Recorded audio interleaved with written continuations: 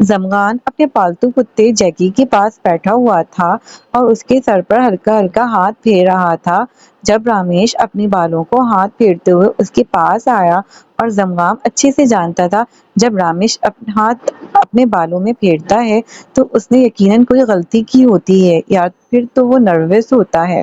زمغان، ایک پرابلم ہو گئی ہے۔ زیک نے اپنا ایک آدمی رات کو ہماری جاسوسی کے لیے بھیجا تھا۔ اس نے زیک کو کچھ تصویریں دی ہیں ہمارے کلب سے باہر نکلتے ہوئے۔ رامیش نے اس کے سامنے تصویر کرتے ہوئے کہا، کہاں مرے ہوئے تھے سب جب اس نے ہماری تصویریں لیں، اور یہ تصویر کہاں سے ملیں؟ زمغان نے اپنا غصہ ضبط کرتے ہوئے سرد آواز میں رامیش سے پوچھا۔ وہ تو تصویر دیکھ کر ہی غصے سے پاگل ہونے کو تھا۔ وہ تصویر اس کی اور مہرما کی تھی جب وہ کلب سے باہر نکل رہے تھے۔ وہ کچھ اس انداز سے لی گئی تھی کہ صرف مہرما اور زمغان ہی دکھ رہے تھے۔ وہ جانتا تھا کہ اس کی ایک غلطی کی وجہ سے اب مہرما کی جان خطرے میں تھی، کیونکہ اب تک سب گینگ تک زیک نے یہ تصویریں بھیج دی ہوں گی۔ یہ کہہ کر مہرما زمغان کی کمزوری ہے اور اب جن جن لوگوں کی اس سے دشمنی ہے وہ مہرما کو ہی اپنا ٹارگیٹ بنائیں گے۔ میں جانتا ہوں ہمارے آدمیوں کی ہی غلطی ہے، انہیں ارد گرد کا خیال رکھنا چاہیے تھا، لیکن تم جانتے ہو نا کلب میں اور اس کے باہر رش تھا، اس وجہ سے جس نے تصویریں کھینچی اس نے نظروں میں آئے بغیر کھینچی ہیں، اور دوسری بات یہ کہ ایک لڑکا صبح سے مہرما اور صوفیہ کو فالو کر رہا تھا۔ جیکسن نے اس لڑکی کو ان کی فلیٹ والی بلڈنگ کے سامنے پکڑا تھا اور پھر اسے مارنے کے بعد اس نے بتایا تھا کہ زیک نے مہرما پر اسے نظر رکھنے کو کہا تھا کہ وہ سارا دن کیا کرتی ہے اور کس کی ساری ڈیٹیل اور روٹین۔ رامیش نے اس کو تفصیل سے آگاہ کیا۔ جیکسن کہاں ہے؟ مہرما کے فلیٹ کے باہر ہی ہے نا، اور ہم ابھی اور اسی وقت مہرما کے فلیٹ پر جا رہے ہیں، اور مجھے پورا یقین ہے کہ آج رات مہرما کے فلیٹ پر حملہ ہوگا۔ زمغان نے رامیش سے پوچھا اور مزید کہا اور اس کے ساتھ باہر کی جانب جانے لگا تاکہ وہ دونوں مہرما کے فلیٹ پر جا سکیں۔ ہاں، جیکسن اور اس کے ساتھ دو آدمی ان پر نظر رکھے ہوئے ہیں، وہ محفوظ ہی ہیں، تم فکر مت کرو، رامیش نے اس کی طرف دیکھتے ہوئے کہا، جو خود کو ویسے تو بظاہر بیزار دکھا رہا تھا مگر اندر سے مہرما کے لیے پریشان تھا۔ رامیش جانتا تھا کہ وہ ابھی تک اپنی موم کو نہ بچانے کے ذمہ دار خود کو سمجھتا ہے۔ رامیش نے اس کی بات سن کر ہلکا سا اپنا سر ہلایا۔ رامیش نے ڈرائیونگ سیٹ سنبھالی جبکہ اس کے ساتھ والی سیٹ پر زمغان بیٹھ گیا۔ وہ مسلسل بھاگ رہی تھی، کچھ لوگ اس کا پیچھا کر رہے تھے اور اس پر گولیاں چلا رہے تھے۔ ایک گولی اس کے بازو پر لگتی ہے، درد کی شدت سے اس کے منہ سے آہ نکلتی ہے، اور کوئی شخص پیچھے سے آ کر اس کو بالوں سے زور سے پکڑتا ہے اور سنسان سڑک پر گھسیٹنا شروع کرتا ہے۔ بچاؤ پلیز، کوئی بچاؤ! صوفیہ اٹھو، صوفیہ سب ٹھیک ہے، تمہیں کوئی کچھ نہیں کہے گا، دیکھو تم ٹھیک ہو، تم میرے ساتھ گھر میں موجود ہو، وہ صرف خوف تھا۔ مہرما نے صوفیہ کو ہوش دنیا میں لاتے ہوئے اس سے کہا، وہ جو آج پھر وہی خواب دیکھ رہی تھی جو کبھی اس کا پیچھا نہیں چھوڑتا تھا۔ پچھلے 3 سالوں سے بہت کم ہی ایسا ہوتا تھا کہ اسے یہ خواب نہ آئے۔ وہ یونیورسٹی سے آ کر تھوڑی دیر کے لیے ہی سوئی تھی، لیکن وہ بھول گئی تھی کہ جب وہ زیادہ پریشان ہوتی ہے تو یہ خواب اسے ضرور آتا تھا۔ صوفیہ کے جب مکمل حواس بحال ہوئے تو اس نے خود کو مہرما کی باہوں میں پایا جو اسے پچکار رہی تھی۔ میں ٹھیک ہوں مہرما، شکریہ تمہارا، صوفیہ نے مہرما سے الگ ہوتے ہوئے کہا۔ ابھی مہرما کچھ کہنے ہی لگی تھی کہ اسے باہر کچھ گرنے کی آواز آئی جو صوفیہ کو بھی صاف سنائی دی۔ صوفی، لگتا ہے گھر میں کوئی ہے، خاموش رہنا، آواز مت نکالنا، میں آہستہ سے جا کر کمرے کا دروازہ لاک کرتی ہوں اور تم یہ لیمپ بند کرو۔ مہرما آہستہ سے اپنے قدموں کی آواز پیدا کیے بغیر دروازے تک جاتی ہے اور اسے لاک کر دیتی ہے اور اشارے سے صوفیہ کو اٹھنے کا کہتی ہے۔ صوفیہ آواز پیدا کیے بغیر آہستہ سے اٹھتی ہے اور مہرما جلدی سے واش روم کی لائٹ آن کر کے دروازے کو بند کر کے اپنے پاس موجود چابی سے واش روم کا دروازہ لاک کرتی ہے، جبکہ صوفیہ اس کے قریب خاموش کھڑی تھی۔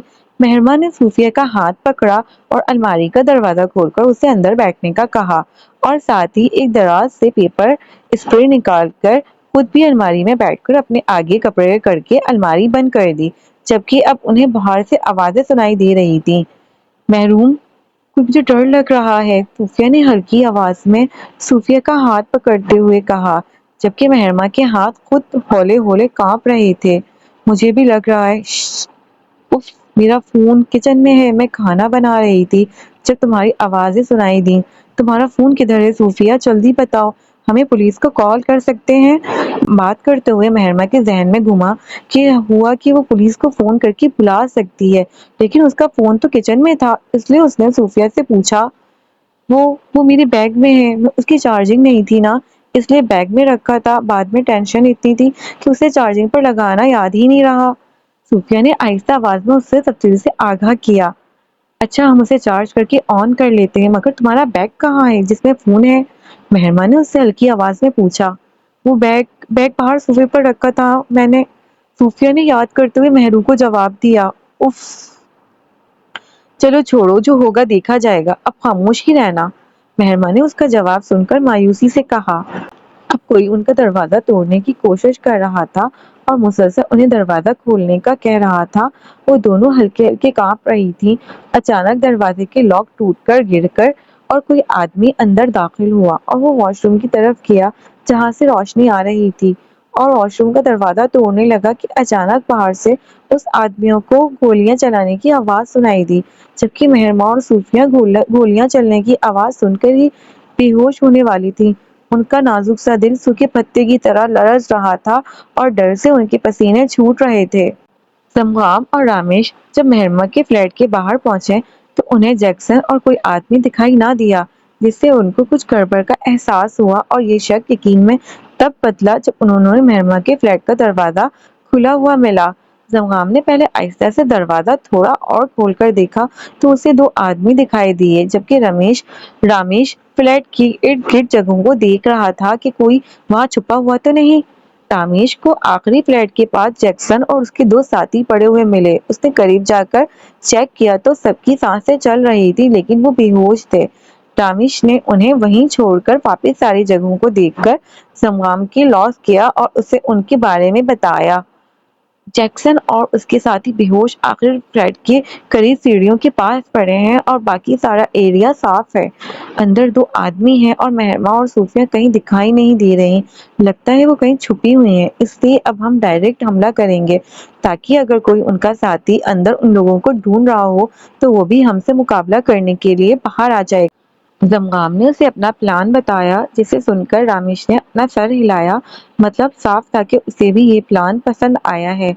زمغام نے پہلے داخل ہو کر صوفے کے قریب آدمی کو نشانہ بنایا جس سے وہ وہیں گر گیا، جبکہ اس کے پیچھے ہی رامیش نے داخل ہو کر اوپن کچن کے قریب شخص کے ہاتھ پر گولی ماری جو زمغام پر نشانہ لگانے لگا تھا، اور ساتھ ہی بنا دیر کیے اس نے آدمی کے سر پر گولی مار دی۔ زمغام چاروں طرف دیکھ رہا تھا جب ایک کمرے سے ایک آدمی باہر آیا اور رامیش پر نشانہ لگایا، جبکہ رامیش بروقت پیچھے ہٹ گیا تھا۔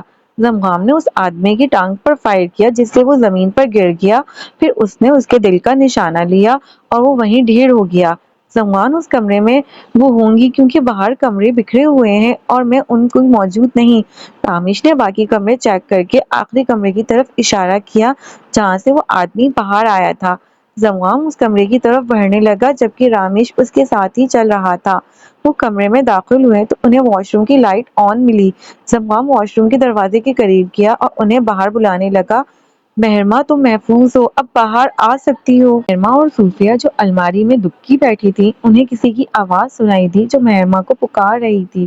مہرما کو وہ آواز جانی پہچانی لگی، اس لیے وہ الماری کھول کر باہر آنے لگی کہ صوفیہ نے اس کا ہاتھ پکڑ کر نفی میں سر ہلایا، جبکہ مہرما نے صوفیہ کا وہی ہاتھ اپنے ہاتھ میں لے کر ہلکا سے دبا کر اسے تسلی دی اور الماری آہستہ سے کھولی۔ زمغام اور رامیش جو واش روم کے دروازے کے قریب کھڑے مہرما کا دروازہ کھولنے کا انتظار کر رہے تھے کہ اپنے پیچھے سے الماری کھلنے کی آواز پر فوراً مڑے۔ مہرما آہستہ سے الماری کھول کر باہر آئی جبکہ اس کے پیچھے ہی صوفیہ بھی الماری سے باہر نکل کر آئی۔ مہرما اور صوفیہ نے ان دونوں کو دیکھ کر ایک پرسکون سانس خارج کیا۔ زمغام اور رامیش نے انہیں الماری سے باہر نکلتے دیکھا تو ایک پل کے لیے ان کی سمجھداری پر حیران رہ گئے، جو الماری میں چھپ کر یہ ظاہر کروا رہی تھی کہ وہ واش روم میں ہیں۔ مہرما نے اپنے ہاتھ میں موجود اسپرے پھینک کر صوفیہ کو گلے لگایا جو ابھی بھی ہولے ہولے کانپ رہی تھی۔ صوفیہ نے بھی مہرما کو زور سے گلے لگایا۔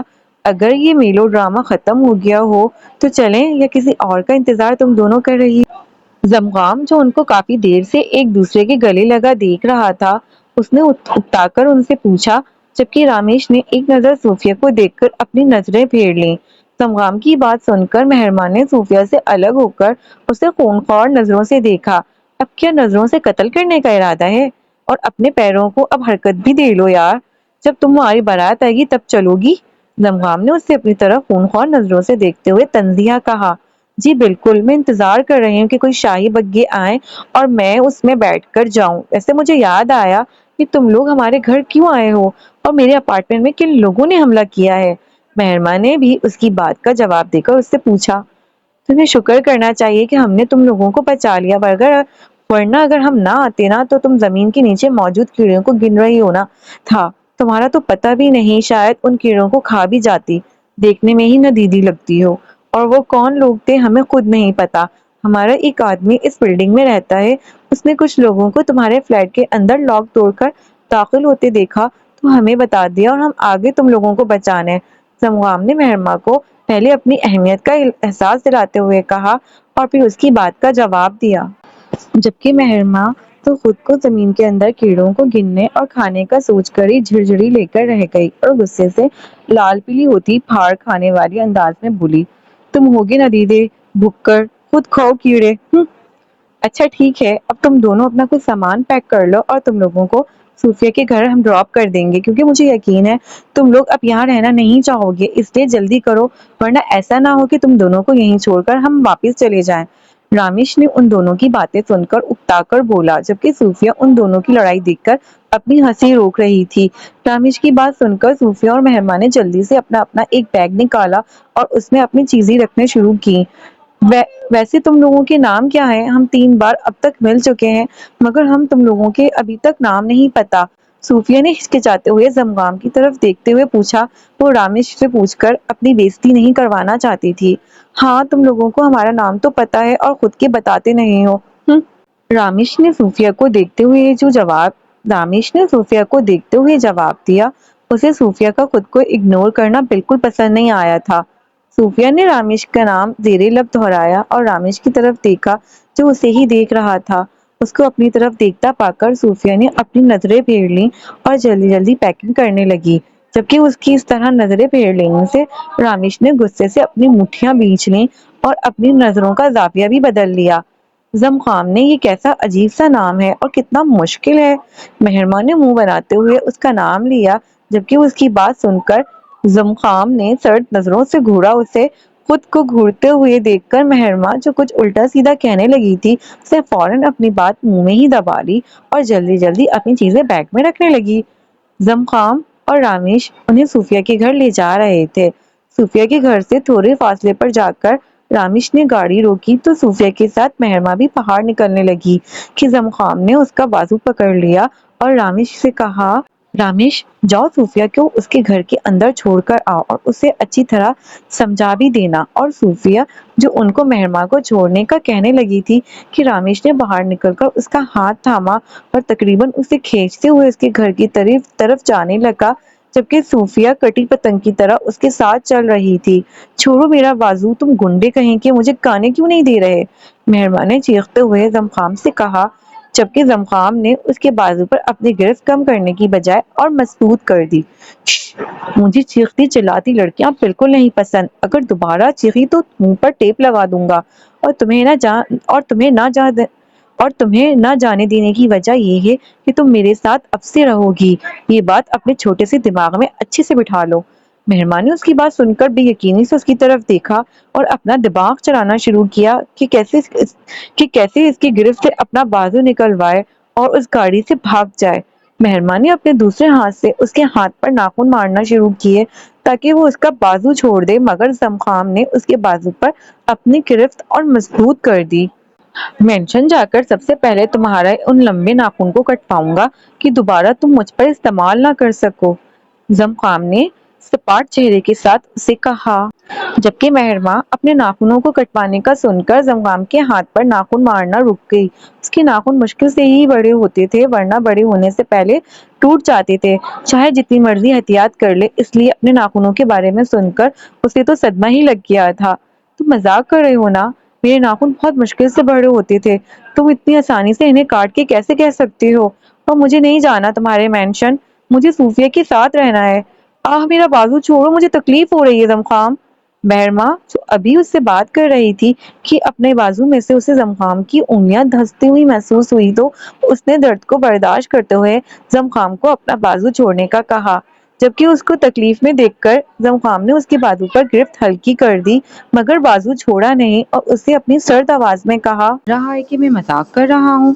فکر مت کرو، میں خود اپنے ہاتھوں سے تمہارے ان پیارے سے ناخنوں کو کاٹوں گا کہ دوبارہ تم انہیں مجھ پر استعمال نہ کر سکو، اور اپنے کٹے ہوئے ناخنوں کی ٹینشن تو بالکل بھی مت لو، وہ ناخن میں تمہیں دے دوں گا تاکہ تم ان پر آرام سے بیٹھ کر ماتم کر سکو۔ اور صوفیہ کے ساتھ رہنے کی بات جو تم کہہ رہی ہو، یہ ممکن نہیں، اب تم میرے ساتھ میرے مینشن میں ہی رہو گی، اس لیے اپنا منہ بند کر لو، ورنہ سب سے پہلے تمہاری زبان کاٹوں گا۔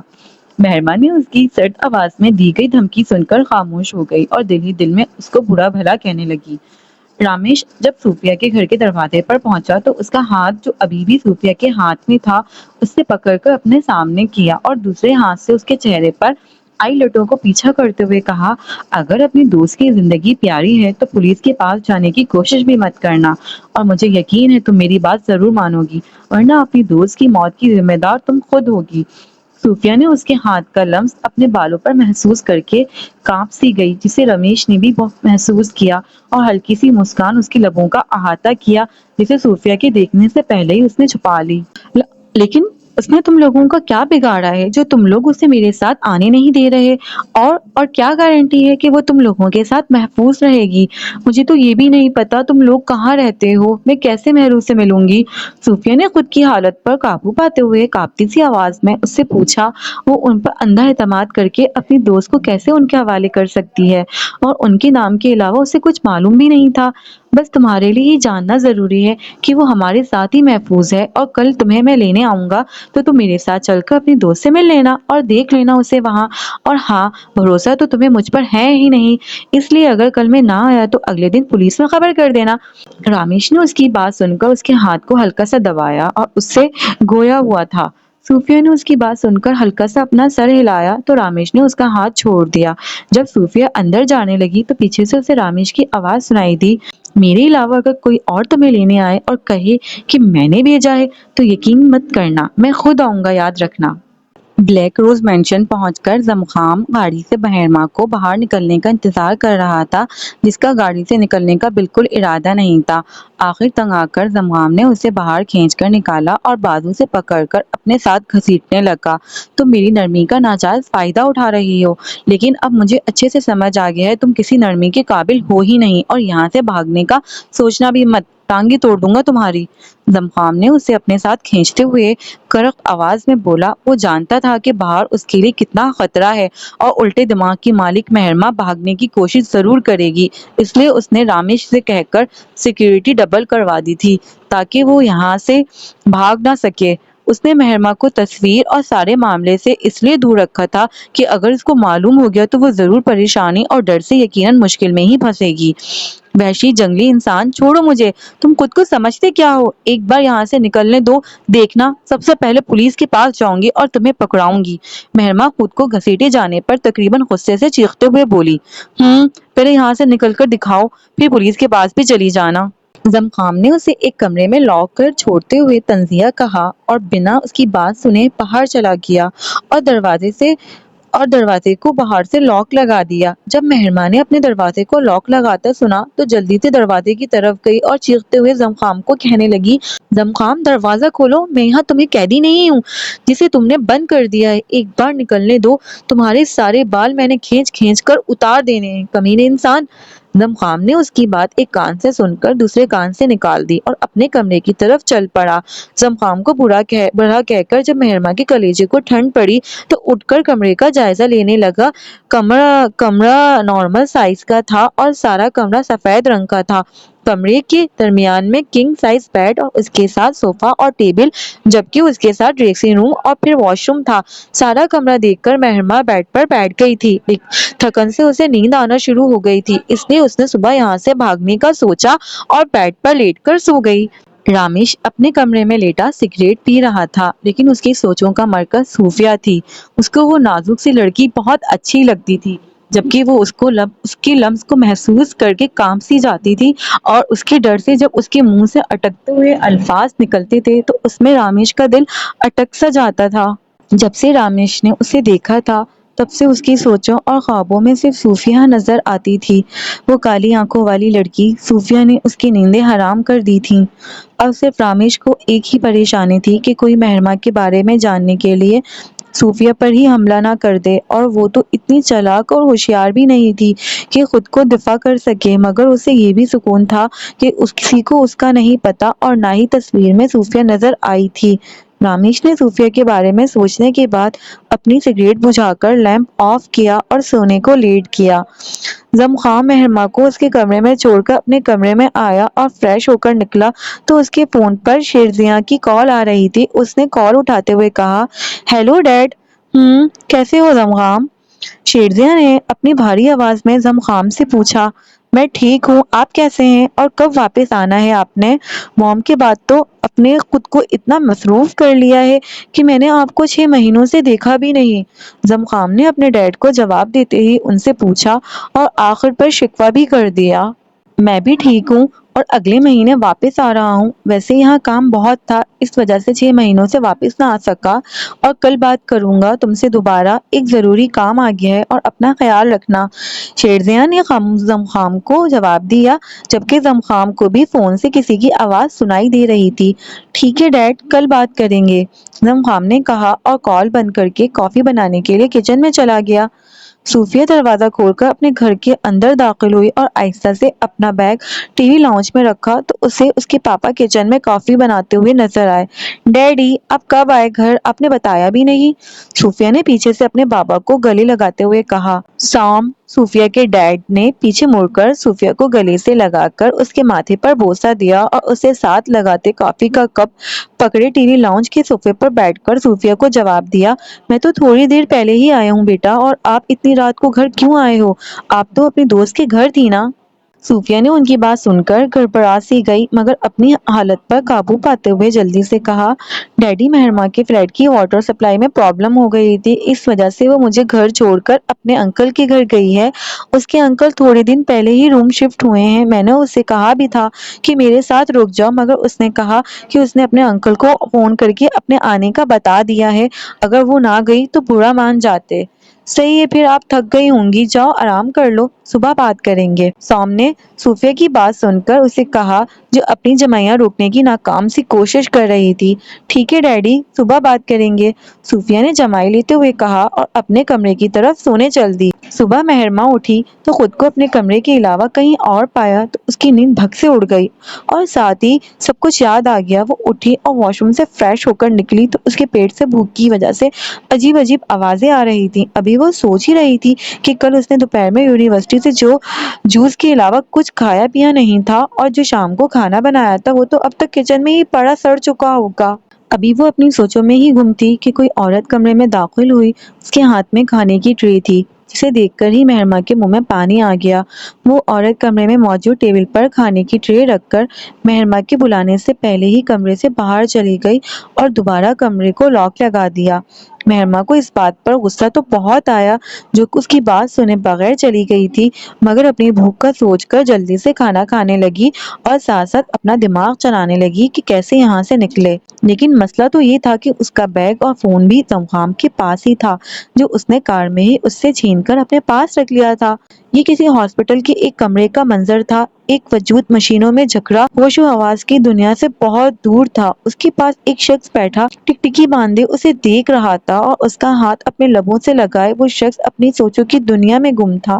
لیکن سوچیں بھی اس وجود کے متعلق تھیں، مگر آنکھیں ہنوز اس وجود پر ہی ٹکی تھیں۔ اس کی سوچوں میں خلل موبائل پر آنے والی کال نے ڈالا۔ اس نے اپنی جیب سے موبائل نکالا اور اس پر آنے والی کال دیکھ کر اس کے ماتھے پر لکیریں نمودار ہوئیں۔ اس نے اس وجود کا ہاتھ آرام سے بیڈ پر رکھا اور اٹھ کر بیڈ سے کچھ فاصلے پر جا کر کال اٹینڈ کی۔ دوسری جانب سے کچھ کہا گیا جو اس وجود کو ناگوار گزرا، جو اس کے چہرے کے تاثرات سے صاف ظاہر ہو رہا تھا۔ مجھے تم نے بہت مایوس کیا ہے، تمہیں ایک کام دیا تھا، تم وہ بھی نہ کر سکے۔ اس شخص نے فون پر موجود شخص سے سرد آواز میں کہا۔ فون کی دوسری جانب سے پھر بھی کچھ کہا گیا جسے سن کر اس شخص نے مزید کہا، یہ آخری موقع ہے ایم، اگر تم نے میرا کام نہ کیا تو اس کے بعد تمہیں زندہ رہنے کے قابل نہیں چھوڑوں گا۔ اپنے بات مکمل کر کے دوسری جانب سے کچھ بھی سنے بغیر اس نے فون بند کر دیا اور بیڈ پر موجود وجود کے سر پر بوسہ دے کر وہ کمرے سے باہر چلا گیا۔